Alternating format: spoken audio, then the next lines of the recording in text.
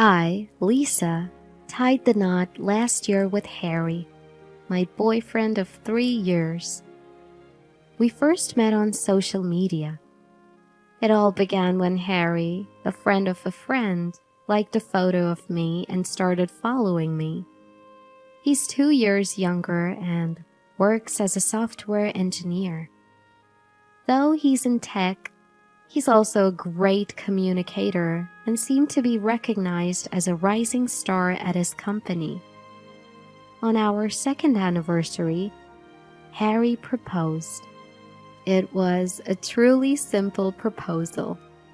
At our favorite local Italian restaurant, just before dessert, he began, "I have something to say." Curious, I waited, and then he said, "Will you marry me?" presenting a ring. It was a straightforward proposal, but it deeply moved me.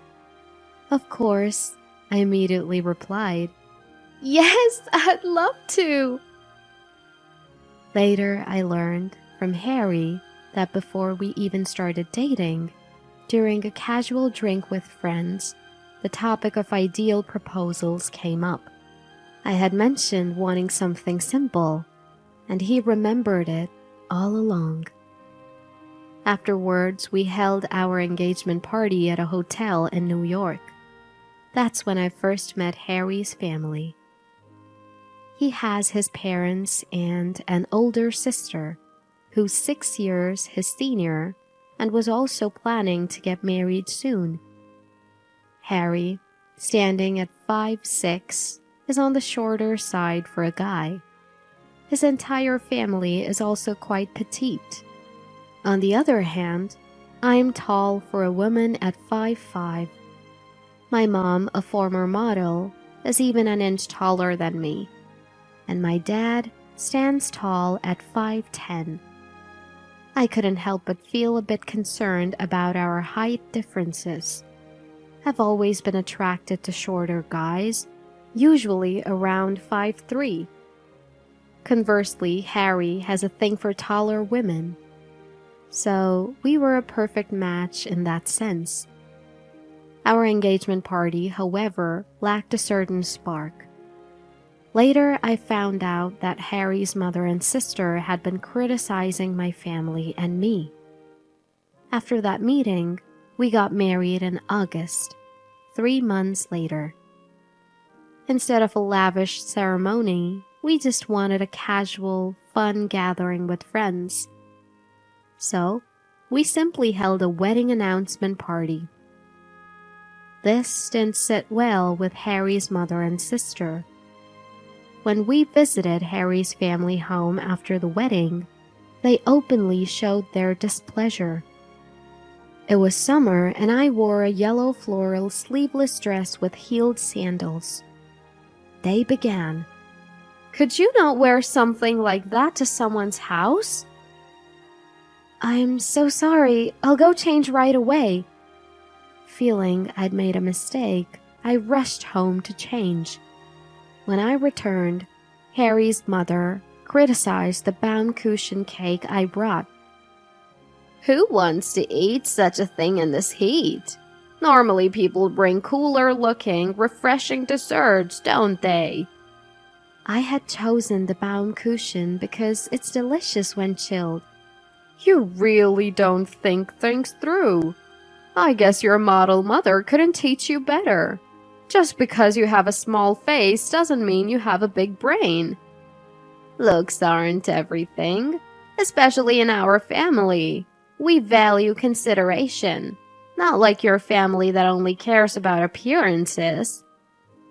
I was shocked to hear them speak about my mother and father this way. I looked to Harry for support, but he seemed lost in thought. On our way home, Harry began, "About what my mom and sister said earlier?" "Yeah?" "I never expected them to act like that. They had made some comments after the engagement party, but I thought they'd come around. I'm really sorry." "It's okay. We'll get to know each other better over time. probably. Yeah, but I never thought they'd be like that. I was naive. Don't worry about it. Accepting someone new into the family can be challenging. At that time, knowing Harry cared was enough for me. I don't want to be taken advantage of by someone else, and I just need to take the time to build a relationship of trust.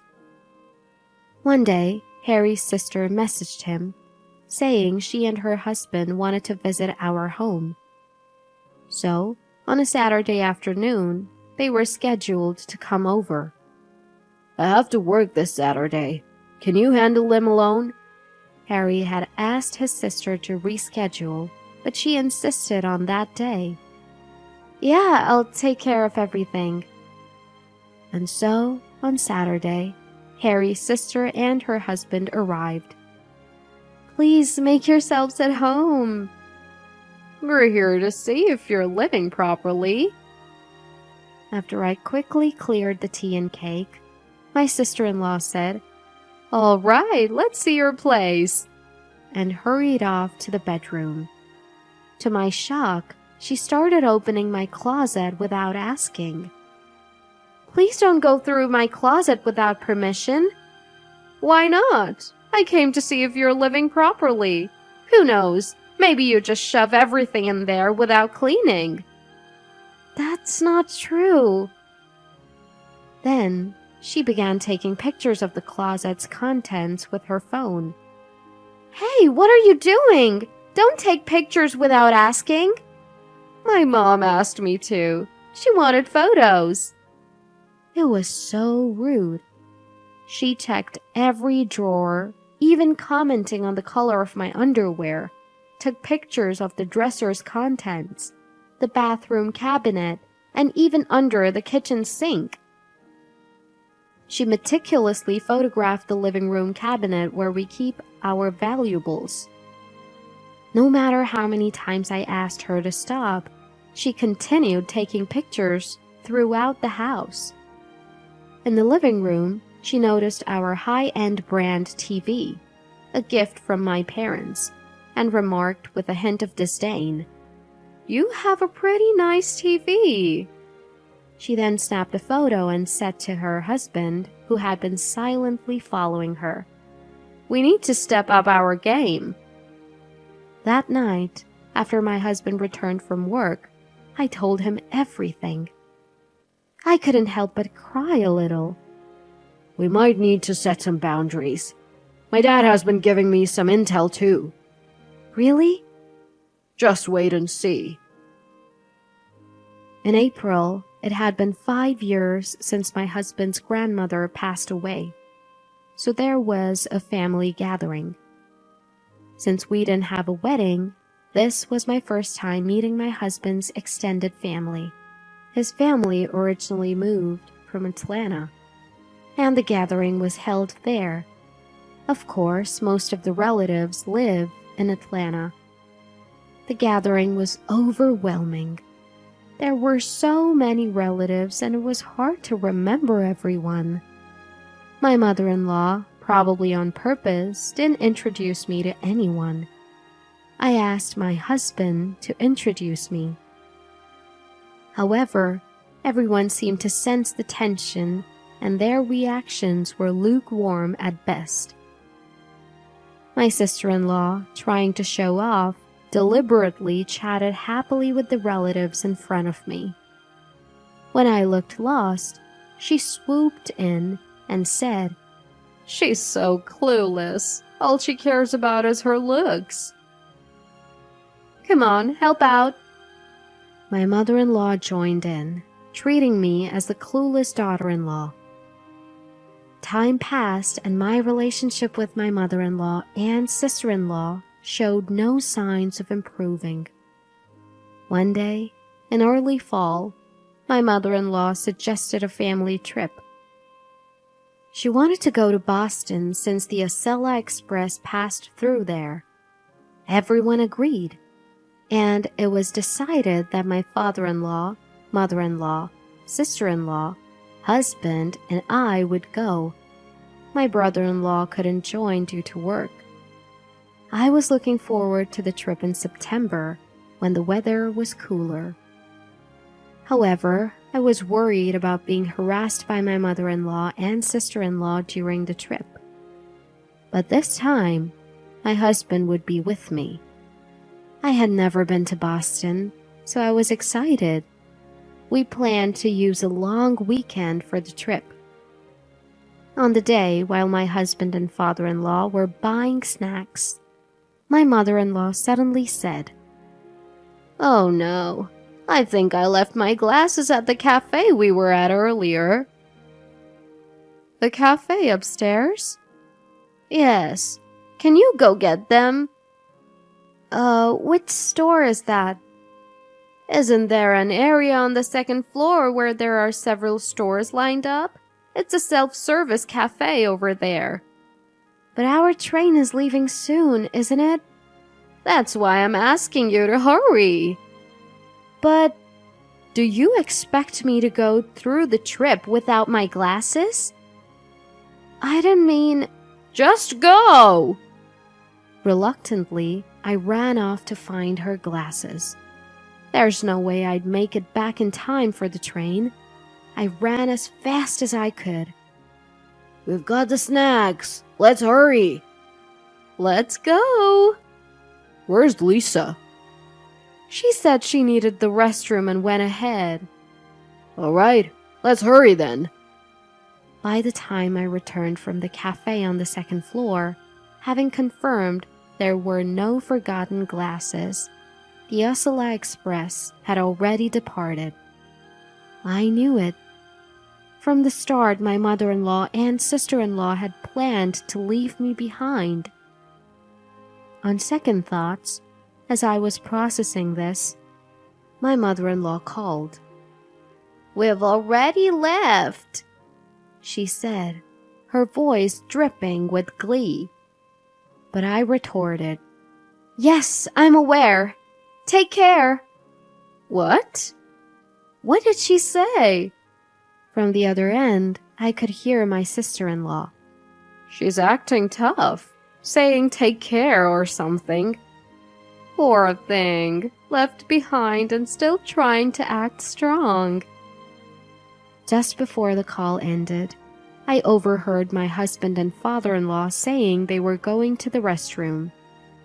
About 20 minutes later, the Ursula Express arrived at New London Station. "Where are the guys? They're taking a while." Maybe they stopped for a beer. In reality, my husband and father-in-law had gotten off the train. Unbeknownst to my mother-in-law and sister-in-law, they returned to Metro Park Station, paid for round-trip tickets, and met up with me. Our real destination for this trip was Washington, D.C. My father-in-law had informed me of the scheme my mother-in-law and sister-in-law had planned. He was furious at their constant harassment. He once confronted them, saying, "Enough of this nonsense. Lisa is a good person and important to Harry." But they dismissed it. "Dad, you're just blinded by her looks. Men are so easily deceived." They didn't even try to listen to their father-in-law's opinion. Their ill intentions continued, and my father-in-law decided a harsh lesson was needed. So, he and my husband hatched a plan to leave them behind instead. On the contrary, my plan is to leave my mother-in-law and sister-in-law behind. Thus, my mother-in-law and sister-in-law were left on the Ursula Express, likely not realizing until they reached Boston. They probably didn't bring much money, expecting my father-in-law to cover all expenses. My mother-in-law and sister-in-law were in for a tough time. They had no hotel to stay in. My husband had taken care of the travel arrangements, and he had canceled the Boston hotel reservation the day after booking it. With little cash on hand, my mother-in-law and sister-in-law were definitely in a bind. They won't get it unless we teach them a lesson like this. They're adults. They'll find their way back somehow. My father-in-law, my husband, and I enjoyed some snacks we just bought on the Acela Express heading to Washington. Yes, the two of them going to buy snacks was actually part of our plan. We arrived in Washington before evening. Throughout the journey, there were several messages from my mother-in-law and sister-in-law to my father-in-law and husband, but both of them ignored them completely. The three of us thoroughly enjoyed Washington. It's more fun without those two. I was trying not to say that. Both Harry and my father-in-law were in high spirits, making such comments. We had a relaxed trip without cramming too much sightseeing. Meanwhile, the mother-in-law and sister-in-law, who were left behind on the Acela Express, they got off at Boston South Station and waited for my father-in-law and husband, but they never showed up. They realized something was off, but it was too late. They frantically messaged my father-in-law and husband, but there was no response since they had decided to ignore them. They finally realized they had been left behind and headed to the hotel. But the hotel reservation had been canceled the day before. They went to the nearest restaurant and checked how much money they had. Both had relied on my father-in-law's wallet during the trip, so they hardly had any cash and didn't even bring credit cards. Together, they had about $150, just enough for a cheap hotel and a late-night bus ride home. But they couldn't even have a decent meal. They tried to book a bus for that night, but it was already full. So, they reluctantly booked a bus for the next night. For about a day and a half, they couldn't eat properly. They shared a biscuit they bought at the station. They kept messaging my father-in-law and husband, but of course, there was no reply. It seemed like my mother-in-law and sister-in-law no longer had the energy to bother me. For dinner, they bought cereal at a grocery store and ate it in their hotel room. Mom, what's going on? I don't know. Isn't it your father's doing? Who's the mastermind? But this is too much, isn't it? The next day, they went without food or drink and waited until night to board the bus. Apparently, I had a ton of messages and missed calls from them. I had blocked them, so I only noticed later. The next morning, the bus arrived in New York. They slept until the evening. By the time they woke up, my father-in-law, my husband, and I had returned from Washington. I went back to our apartment first, and my husband went to his parents' house with his father. We knew from messages that my mother-in-law and sister-in-law had somehow made it back. As soon as they got home, they confronted my father-in-law and husband. My husband and I were on standby, called by my father-in-law. What's the meaning of this? We had very little cash and went through so much. We did it because you two planned to leave Jamie behind. So, Harry and I plan to leave you two behind. But that's cruel. It's her fault. She pointed at me. I wasn't sure how to react, so I just smiled. I am so pissed. Stop smiling. My sister-in-law threw her bottled tea at me, but my father-in-law deflected it with a chop, and it hit my mother-in-law's forehead. Ouch! I struggled to hold back my laughter. Haven't you two learned your lesson? My father-in-law shouted. Mom, sis, stop this. It's embarrassing. My husband laughed. What's embarrassing? She's the embarrassing one. Enough. If you keep this up, I'll divorce you. What? Divorce? My mother-in-law turned pale. Sis, Mom, just stop, or I'll get really mad.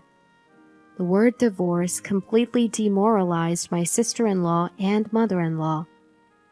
It's because of you two that this happened. Just accept it. My mother-in-law and sister-in-law finally broke down in tears. Father, Harry, it seems they're truly remorseful. Please forgive them. I never wanted things to end this way. Please, I beg you. I pleaded with my father-in-law and husband. Jamie, we're so sorry. And there, my mother-in-law and sister-in-law vowed never to harass me again and apologized for everything they had done. Thanks to me, talks of divorce and disownment were off the table. Little did they know, this was all part of my plan. The one who seemed the most excited when we hatched this plan was my father-in-law. But that's a secret. Half a year has passed since then. Recently, both my mother-in-law and sister-in-law have started treating me normally. Now, the three of us even go shopping and visit cafes together. I finally felt accepted as a part of the family. Next year, I hope to go on a Boston trip with the entire family. This time, without any hitches.